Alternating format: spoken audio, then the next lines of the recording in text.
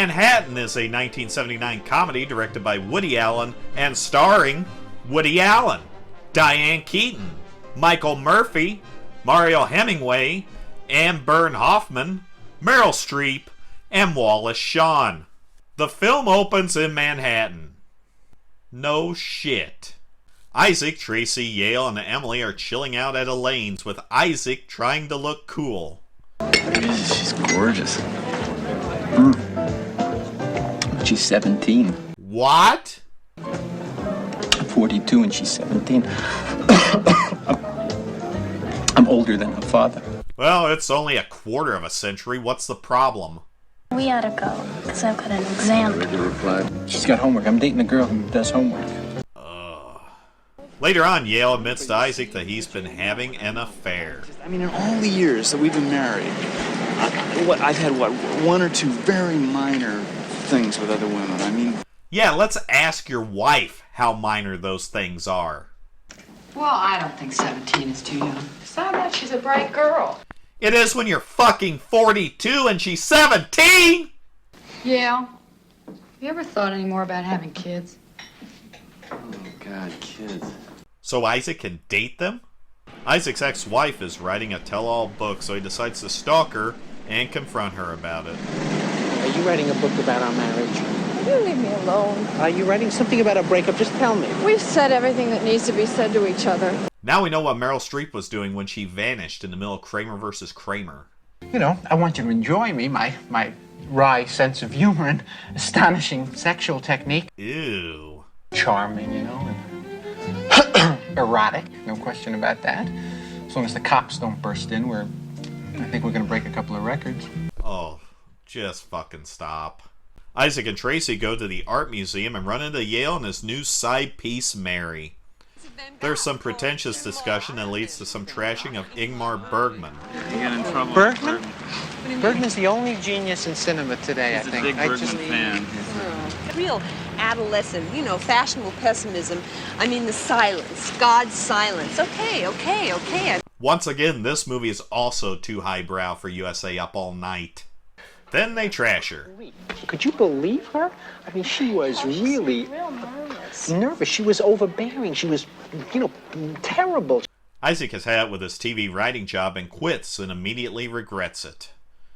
What did I do? I made a terrible mistake. You stop it. This is No, the first smart thing you've ever done myself for up yourself. completely. Later at a museum gala, Isaac runs into Mary and some of her friends.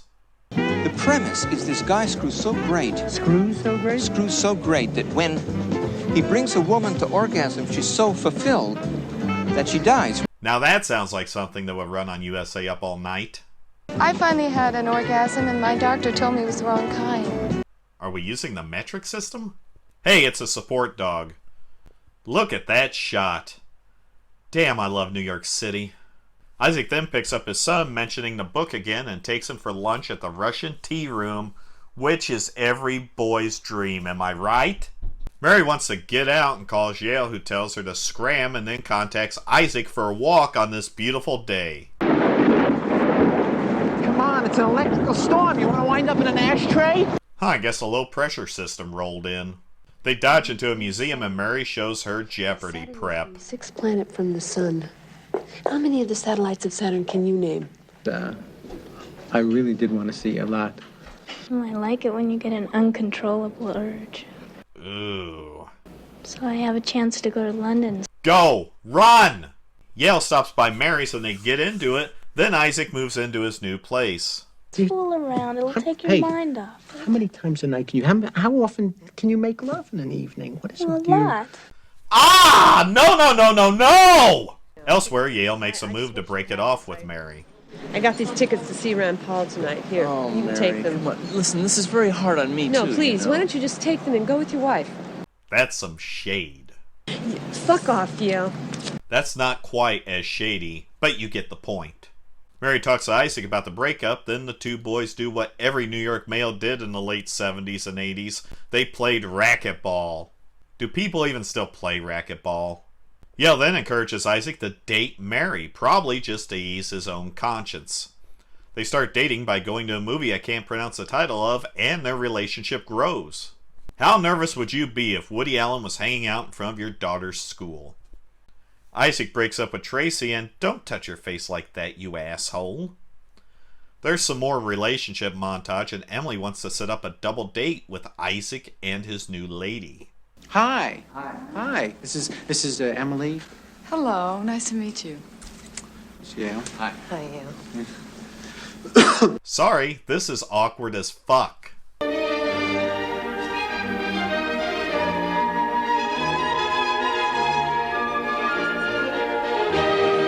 Nope, this is more awkward. Wallace Shawn?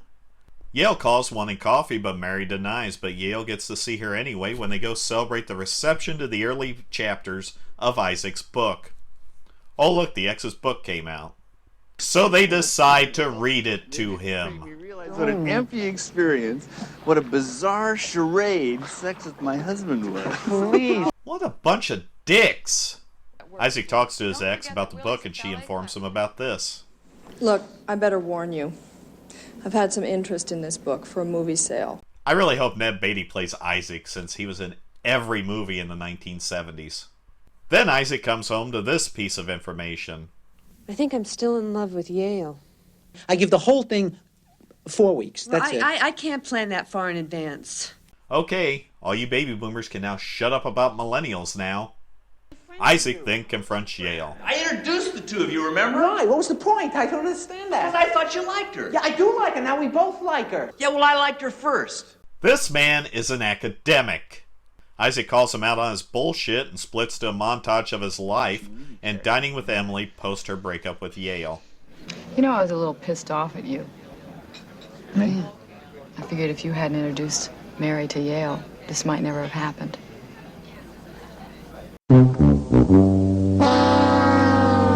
Isaac then makes a list of things worth living for, which I think everyone should do.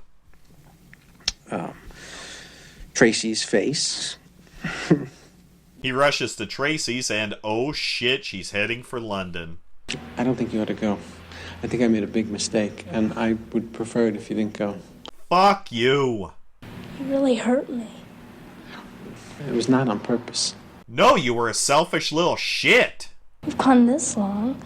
I mean, what's 6 months if we still love each other? Hey, don't be so mature, okay? Are you shitting me? She's the most mature character in this movie. Once again, I love New York. For me, this is probably Woody Allen's best movie. Blatant pedophilia aside, the Tracy relationship doesn't age well at all, especially with all the history that's happened between now and the release of this film. It's a real adventure in a city where nobody really goes anywhere. Some characters are still in the same position, spinning their wheels, while others have changed and moved forward. And the city plays a central character, even though it's not shoved down our throats like many films have before this one and since. Deep down, Manhattan feels like an examination of the absurdity of the generation that was in charge at that point, and the hope that the following generation would sort of fill that void and make everything a little more normal. Didn't happen. Kind of made it more absurd.